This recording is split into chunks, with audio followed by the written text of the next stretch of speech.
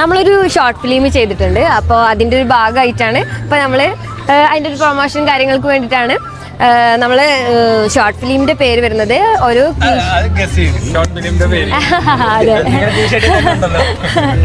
അതെ അതെ ഒരു ക്ലീഷേ പ്രേം കഹാനി എന്നാണ് നമ്മുടെ ഷോർട്ട് ഫിലിമിന്റെ പേര്. ഓ നമ്മളൊരു ക്വസ്റ്റ്യൻ ചോദിക്കാനായിരുന്നു. ക്ലീഷേ എന്ന് പറഞ്ഞിട്ടുണ്ടെങ്കിൽ അതിന്റെ മലയാളം എന്താ? ഇവനറിയാട്ടോ. നല്ല ടാസ്ക്. ക്ലീഷയുടെ മലയാളം ടാസ്ക് അത് നമ്മൾ യൂസ് ചെയ്യണ വേർഡല്ലേ ക്ലീഷേ? ക്ലീഷേ നമ്മൾ മലയാളികളാണെങ്കിൽ ക്ലീഷ എന്ന് തന്നെ പറയാറുള്ളൂ. അതിന് വേറെ വാക്കുള്ളതായിട്ട് എൻ്റെ അറിവിലില്ല. മലയാളികൾ ക്ലീഷയ്ക്ക് ക്ലീഷ എന്നാണ് പറയാന്നാണ് അളിയാൻ പറഞ്ഞത്. അളിയന്റെ പേരൊക്കെ അമല്, ബ്രോ മനീഷ്. ശ്രീലക്ഷ്മി. നിങ്ങൾ എന്ത് ചെയ്യണേ?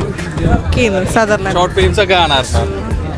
നമ്മുടെ ഷോർട്ട് ഫിലിമിന്റെ പ്രത്യേകത എന്ന് പറയാൻ പറ്റില്ല, എന്നാലും നമ്മുടെ ഒരു സന്തോഷം എന്താണെന്ന് വെച്ചാൽ വിനീത് ശ്രീനിവാസനാണ് ഇതില് പാട്ട് പാടി. വിനീതന്റെ പാട്ടുകളൊക്കെ കേൾക്കാറുണ്ടോ? പിന്നെ ഇഷ്ടപ്പെട്ട ഒരു പാട്ട് ഏതാണ്? അങ്ങനെയൊന്നുമില്ല കേൾക്കാം. വിനീതന്റെ ഇഷ്ടപ്പെട്ട പാട്ട് ഏതല്ലേ? വാ അടിപൊളി. അപ്പൊ ഇന്ന് നമ്മുടെ പാട്ട് യൂട്യൂബിലുണ്ട്, കാത്തു നിന്നു എന്ന് പറഞ്ഞു. സീറോ കട്ട് എന്നുള്ള യൂട്യൂബ് ചാനലിൽ പോയി നമ്മളെ നിങ്ങൾ കാണില്ലേ? കാണൂ, കണ്ട് സപ്പോർട്ട് ചെയ്യണോട്ടാ. എന്നാലും ഒരു ക്ലീഷേ എന്നുള്ള ഒരു മലയാളം വേർഡ് നിങ്ങൾക്ക് എങ്ങനെ എന്തേലും എന്താ പറയാ മനുഷ്യ ക്ലീഷ? അറിയാം, നിനക്കറിയാം. അപ്പൊ ഇതിന് ഉത്തരം അറിയണമെങ്കിൽ എവിടെ നോക്കണം?